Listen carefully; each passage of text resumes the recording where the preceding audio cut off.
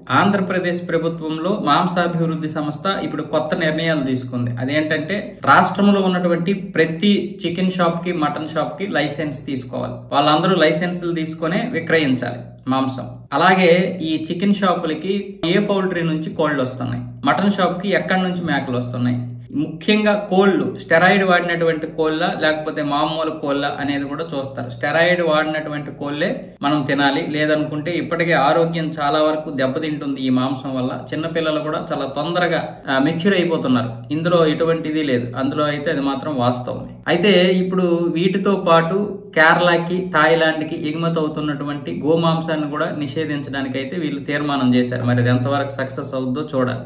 ఇలాగా ప్రతి మున్సిపాలిటీలో పంచాయతీల్లో ఒక కొత్త మోడల్ షాపుల్ని తీసుకురావడానికి అయితే ప్లాన్ చేస్తున్నారు. ఇక కోళ్లు చెత్త ఉంటది కదా, ఆ చెత్త చేపలకు వేస్తున్నారు. అలా చేపలకు వేయకుండా ఆ మాఫియాను కూడా అరికట్టడానికి అయితే ఇందులో తీర్మానం చేశారు. ఈ చెత్తని ఈ షాప్ ఎక్కడికి తీసుకెళ్తుంది, ఎవరికి అమ్ముతున్నారు, ఇలాంటివన్నీ కూడా సేకరించాలంటే లైసెన్సులు తీసుకోవాలి. కాబట్టి ప్రభుత్వం తరపు నుంచే ఈ చెత్త సేకరించే విధంగా ప్లాన్ చేస్తున్నారు. మరి ఆ చెత్త రీసైక్లింగ్ చేస్తామని వీళ్ళు అంటున్నారు.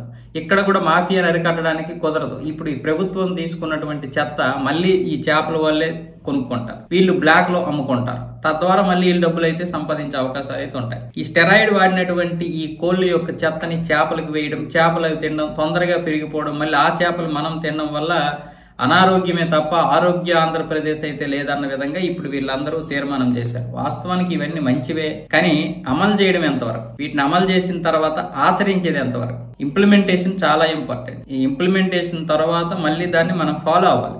దాన్ని మెయింటెనెన్స్ చేయడం అనే దాంట్లోనే గొప్పతనం ఉంటుంది. కోళ్లు వ్యర్థాల వల్ల చేపలు తొందరగా పెరుగుతున్నాయి అన్న మాట వాస్తవమే, కానీ దాన్ని ఆపాలంటే అంత ఆషామాషేం కాదు. ఈ దానాల రేట్లు విపరీతంగా పెంచేస్తారు. ఇప్పుడు ఈ దానాల రేట్లు పెరిగిపోవడం వల్లే ఈ కోళ్ల చెత్తని తీసుకెళ్లి చెరువుల్లో పడేస్తున్నారు. ఈ షాపులో ఎక్కడ పడితే అక్కడ పడేసి చెత్త చెదారం కంటే కూడా ఇలా డబ్బులు కమ్ముకోవడం వల్ల బెటర్ అని వీళ్ళు అమ్ముకుంటారు. అంటే వాళ్ళకి రెండు విధాలుగా బెనిఫిట్స్. ఒకటి, ఈ చెత్తని ఎక్కడో పారేయాల్సిన అవసరం ఉండదు, దానివల్ల ఇతరుల నుంచి ప్రభుత్వం నుంచి ఎటువంటి ఆంక్షలు రావు. రెండోది, డబ్బుకు డబ్బు. ఒక డ్రమ్ము 1800 రూపాయలకు అమ్ముతున్నారు. 200 లీటర్ల డ్రమ్ ఉంటది కదా, ఈ కోళ్ల చెత్త ఉంటే అది 1800 రూపాయలకి ఇప్పుడు సగటున అమ్ముతున్నారంటే దానికి ఏ విధంగా లాభం వస్తుందో మీరే ఆలోచించుకోండి. ఒకప్పుడు ఫ్రీగా పారేయాల్సి వచ్చేది, వీళ్ళే ట్రక్కును పెట్టుకుని పారేయాలి. ఇప్పుడు అలా కాదు కదా, పారేయాల్సిన అవసరం లేకుండా వాళ్ళే ట్రక్కులు పంపిస్తారు, ఆ ట్రక్కుల్లో ఎక్కించేస్తే చాలు.